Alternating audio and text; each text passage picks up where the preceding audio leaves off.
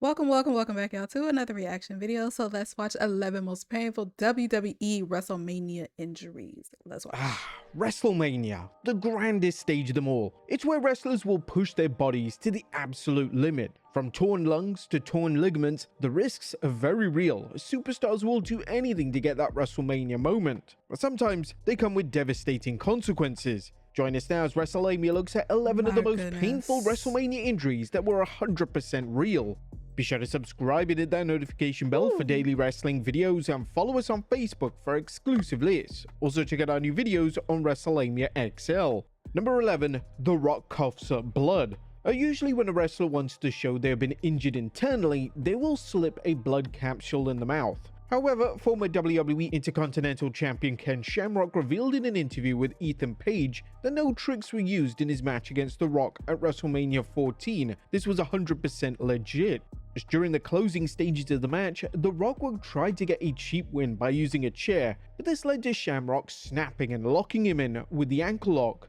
As Shamrock held in the submission, blood started to pour out of the Great One's mouth, leading him to tapping out and medical personnel rushing to his aid. The visual looked absolutely brutal, but Shamrock was adamant during the interview that no trickery such as a blood pill or capsule was used and that The Rock legitimately tore his lung during the match. Oh hell no, no, I'm telling you, we'd tear lungs. I did the same thing where I was coughing up blood taking a slam because I had a tear in my lung, which is like a little paper cut or a tear in your lung from getting slammed so hard that blood would start leaking in. Shamrock would go on to mention that was no capsule, man. We didn't do that during the Attitude Era. The stuff we did when we took things on the pole, shots to the head and were bleeding, they weren't blades. We did it the hard way, and that's by hitting it hard with ourselves on a pole to bust it open. The Rock would even confirm this via Instagram, posting a throwback to the moment saying, "On this night I took a hard suplex and the impact damaged blood vessels in my lungs, causing the blood to come up. Kept composed, made sure I could breathe, and continued with the match." What a badass. Now it's safe to say that if this ever happened in the current era, the match would be stopped immediately as the welfare of the superstars comes paramount. Number 10. Triple H breaks Owen Hart's nose.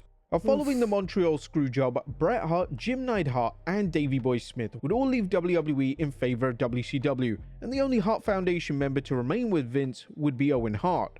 Owen would go on to stay in the mid-card and just found himself fighting for the European Championship at WrestleMania 14 against champion Triple H.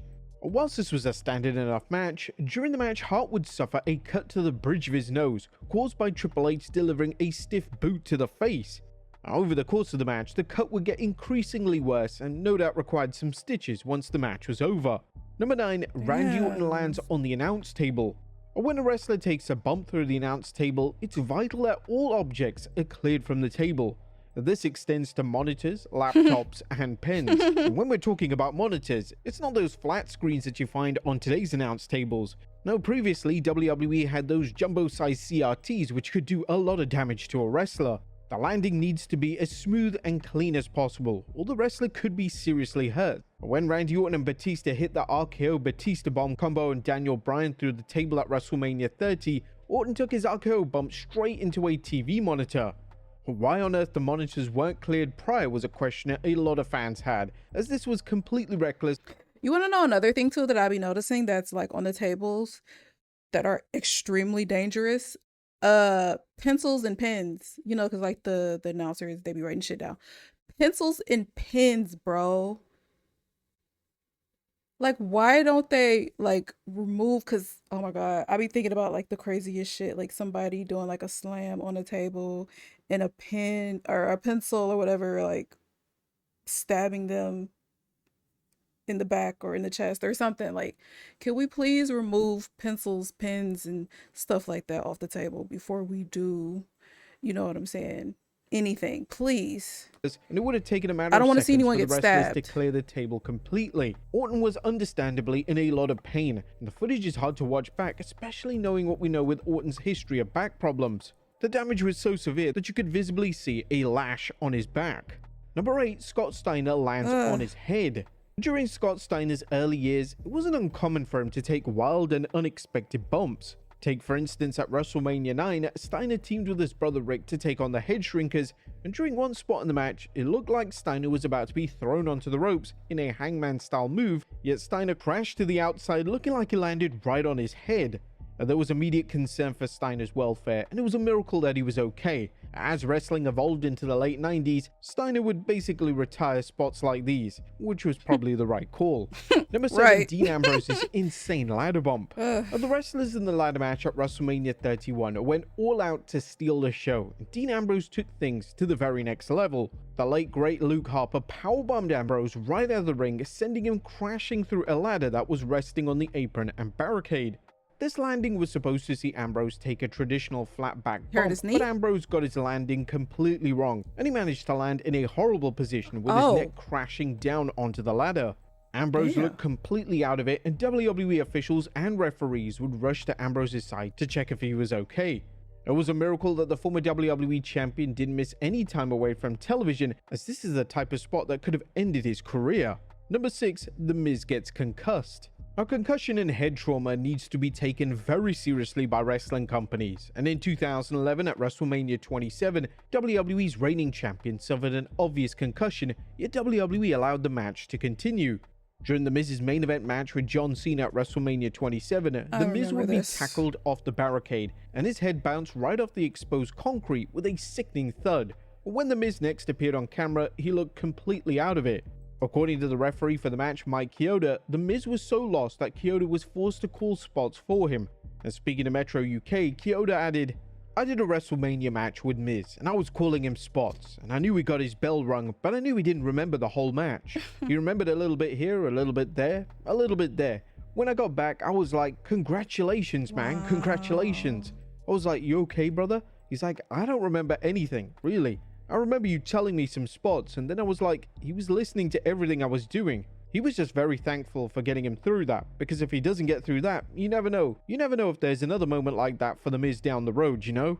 Thankfully, WWE have drastically altered their concussion protocol since 2011, and if this type of incident happened today, then the match would have been brought to an immediate close. Number 5, Dumpster Disaster.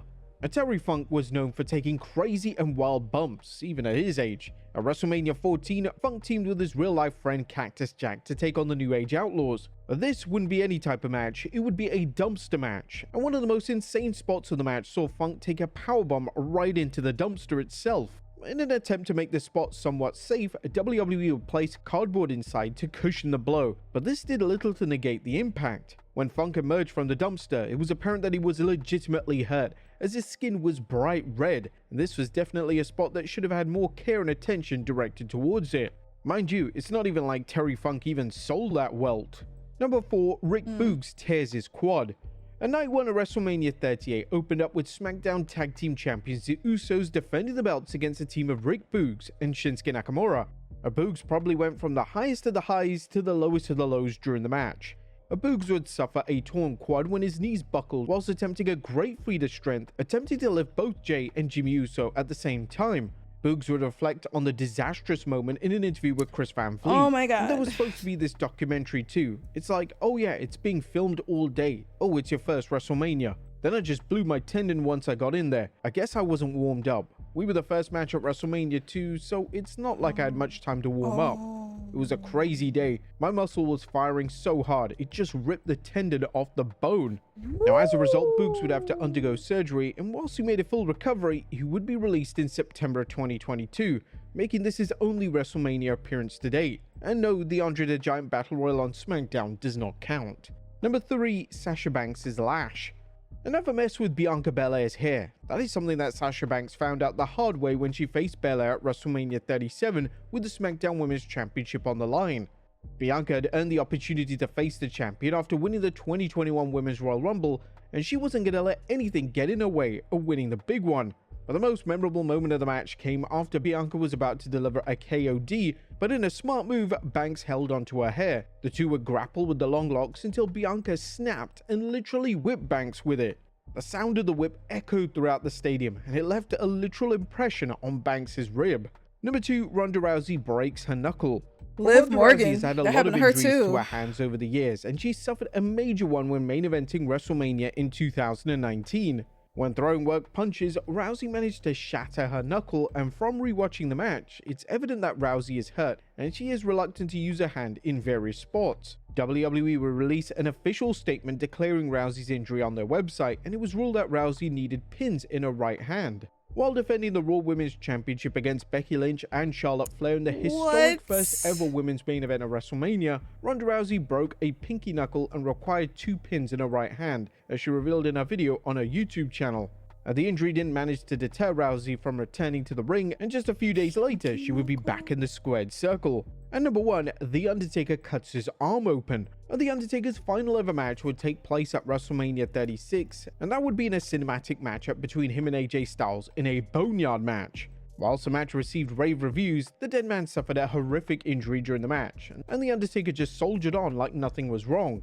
Speaking to sitting ringside with Dave Penza, Luke Gallows, who played a role in the match, said that when The Undertaker put his hand through the limousine window, the glass cut The Undertaker's arm right open. Taker comes right out of the gate, swings at AJ, who is against the limo. AJ ducks and puts his fist and arms through the glass. He got not just a cut, but a massive cut where you can see all kinds of shit hanging out of it. He's old school, so we didn't want to stop. They cleaned it up and held a towel around it as long as we could. What happened to sugar glass? I thought they did that. They couldn't make a fake sugar glass window?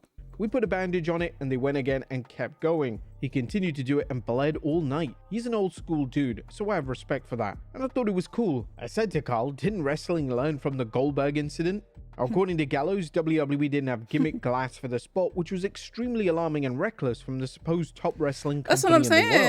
the world. 11 of the most painful You would think they WWE would. WrestleMania injuries that were 100% real. Be sure to leave your comments down. Wow. All right, you guys, that is going to do it for this reaction. Make sure to leave some likes and comments down below. Let me know what you guys think, and I'll see you on the next one. Toodles.